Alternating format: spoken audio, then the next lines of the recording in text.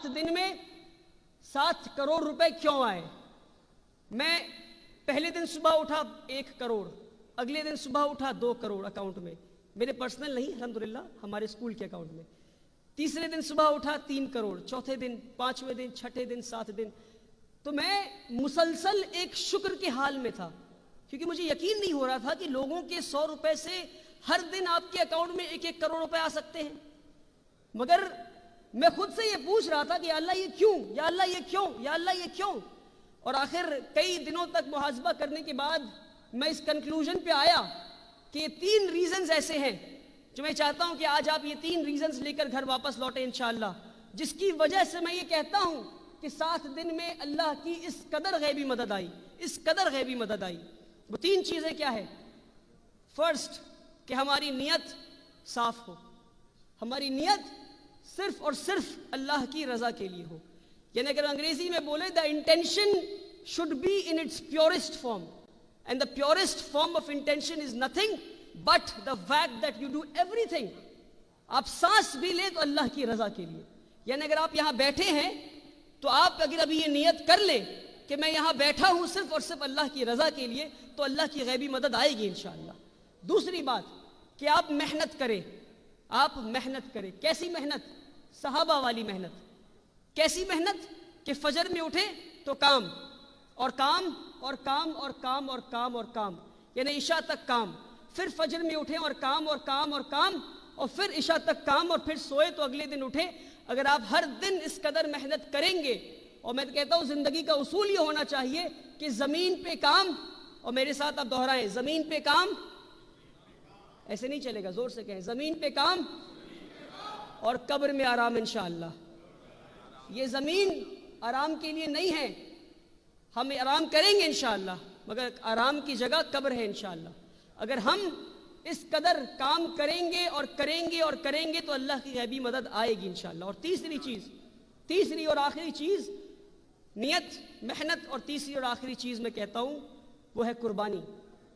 اس کے بنا کوئی بھی کام، کوئی بھی انسان، کوئی بھی ادارہ، کوئی بھی مشن، کوئی بھی کاز بڑا نہیں ہو سکتا۔ You cannot reach the pinnacle of greatness اگر آپ قربانی دینے کے لیے تیار نہیں ہیں۔ اور اللہ سبحانہ و تعالیٰ آپ کو زندگی میں کئی سارے موقع دیں گے جہاں آپ قربانی دے سکتے ہیں، اور ہم سمجھیں کہ آج اس وقت میں ہم کس چیز کی قربانی دے سکتے ہیں، کن کن چیزوں کی قربانی دے سکتے ہیں۔ تو آپ مال کی قربانی، جان کی قربانی، اور ایسے کئی ساری چیزوں کی قربانی دے سکتے ہیں۔ اگر ہم دینے کے لیے تیار ہیں تو پھر حق ہے ہمیں کہ اپنے قوم کے لیے اچھے مستقبل کا خواب دیکھیں۔ اگر قربانی دینے کے لیے تیار نہیں تو پھر وہ خواب دیکھنے کا بھی حق ہمیں نہیں ہے۔ اور آپ اس بات کو سمجھیں کہ آج ہم کتنے پریشان ہیں اور یہ آخری 2 بات انشاءاللہ میں مکمل کرتا ہوں اپنی اسپیچ کو۔ مجھے اندازہ ہے کہ ہمیں بہت زور بھوک لگی ہے، اور یہ ڈائن ٹو ایڈوکیٹ ہے، تو ڈائن بھی امپورٹنٹ ہے اور ایڈوکیشن بھی امپورٹنٹ ہے انشاءاللہ، دونوں ساتھ میں کریں گے انشاءاللہ۔ آخری 2 بات انشاءاللہ آپ سنیں گے یا میں جزاک اللہ خیر کہہ کے ختم کروں اسپیچ کو؟ چلیے ماشاءاللہ، بہت خوب، بہت خوب، ماشاءاللہ۔ آخری 2 بات، اور غور سے سنیں میری بات، کہ آج ہم کہہ رہے ہیں کہ مسلمان مارے جا رہے ہیں، مسلمان پریشان ہیں، مسلمان برے حال میں ہیں، مسلمان یہ، مسلمان وہ، مسلمان یہ۔ ایک واقعہ آپ کو حضرت عمر رضی اللہ تعالیٰ عنہ کی زندگی سے بتاتا ہوں، جس واقعے سے ہم خود سمجھ جائیں گے کہ آج ہم اس برے حال میں کیوں ہیں۔ سعد بن ابی وقاص رضی اللہ تعالیٰ عنہ جنگ کی میدان میں تھے اور پرشیا کانکر کرنے گئے تھے۔ کہاں تھے؟ جنگ کی میدان میں تھے اور پرشیا کانکر کرنے گئے تھے۔ اور خلیفہ کون؟ عمر رضی اللہ تعالیٰ عنہ۔ خلیفہ اپنے کمانڈر ان چیف کو جنگ کی میدان میں خط بھیجتے ہیں۔ خط میں کیا لکھا ہونا چاہیے تھا؟ یہ لکھا ہونا چاہیے تھا کہ جنگ میں کون سے اوزار استعمال کرنے ہیں، کون سے ویپن استعمال کرنے ہیں، جنگ جیتنا کیسے ہے، جنگ لڑنا کیسے ہے، جیت گئے تو کیا کرنا ہے، ہار گئے تو کیا کرنا ہے، یہ لکھا ہونا چاہیے تھا خط میں۔ مگر آپ حیران ہوں گے جان کر کہ ان میں سے کوئی بھی بات نہیں لکھی تھی خط میں، ان میں سے کوئی بھی بات نہیں لکھی تھی خط میں۔ خط کے پہلے 2 لائن میں آپ کو پڑھ کے سناتا ہوں۔ پہلا لائن خط کا کہ میں تمہیں حکم دیتا ہوں کہ تم اللہ سے ڈرو۔ جنگ کے میدان میں اللہ سے کیا ڈرنا؟ مگر آپ دیکھیں کمانڈر ان چیف کو خلیفہ کیا لکھتے ہیں کہ میں تمہیں حکم دیتا ہوں کہ تم اللہ سے ڈرو۔ خط کی دوسری لائن کہ میں تمہیں اور تمہاری فوج کو یہ حکم دیتا ہوں کہ تم بدعمالی سے بچو کیونکہ تمہاری بدعمالی تمہارے دشمنوں سے زیادہ خطرناک ہے۔ آج ہم اس بات کو اپنے سامنے رکھیں اور سمجھیں کہ ہمارے لیے اللہ اکبر یہ تالی بجانے والی بات نہیں میرے بھائیوں، یہ ہمیں محاسبے والی بات ہے کہ محاسبہ کریں اور سمجھیں کہ ہمارے دشمن خراب ہیں، آج زیادہ خطرناک ہیں کہ ہماری بدعمالی زیادہ خطرناک ہے۔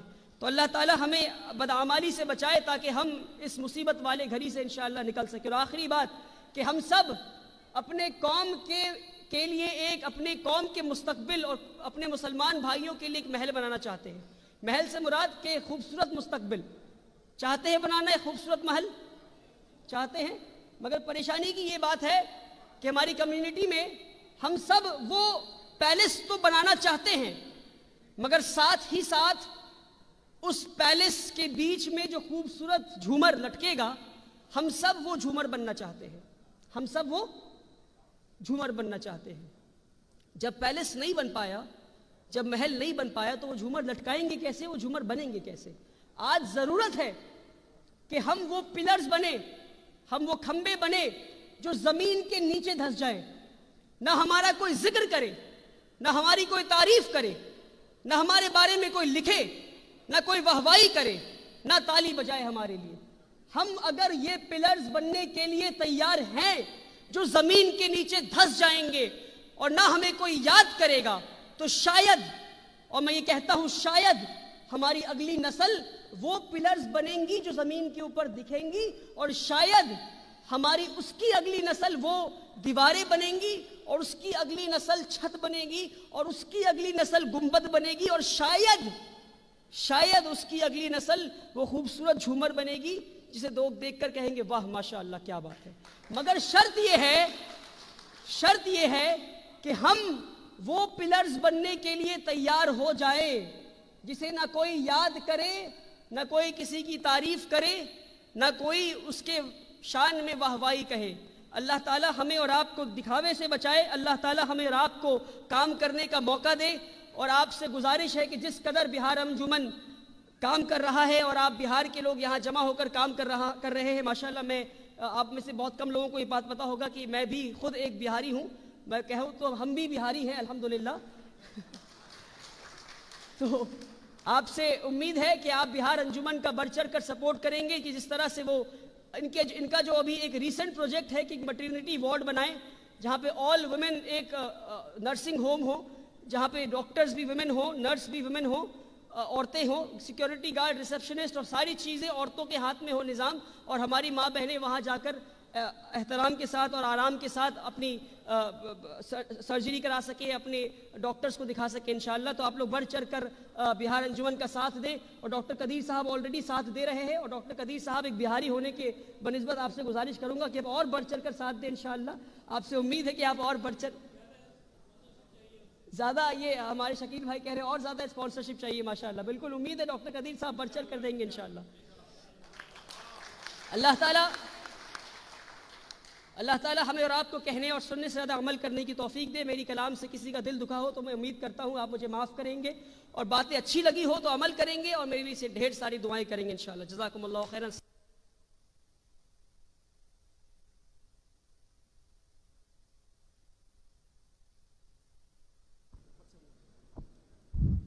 اللہ کرے زور شباب اور زیادہ۔ آپ کو ولی رحمانی کی گفتگو سن کے خود اندازہ ہو گیا ہوگا کہ یہ نوجوان کس قدر اسپیشل ہے جو ہمارے درمیان ہے۔ اللہ تعالیٰ سے ہم دعاگو ہیں کہ اللہ تعالیٰ نے جو ان کو صلاحیتیں بخشی ہیں وہ ملک و قوم کی خدمت کر سکیں اور زیادہ کام آ سکیں۔ اب میں آخر میں خواہش کروں گا مولانا موتی الرحمان صاحب کو، جو توحید ایجوکیشنل ٹرسٹ کشن گنج بہار کے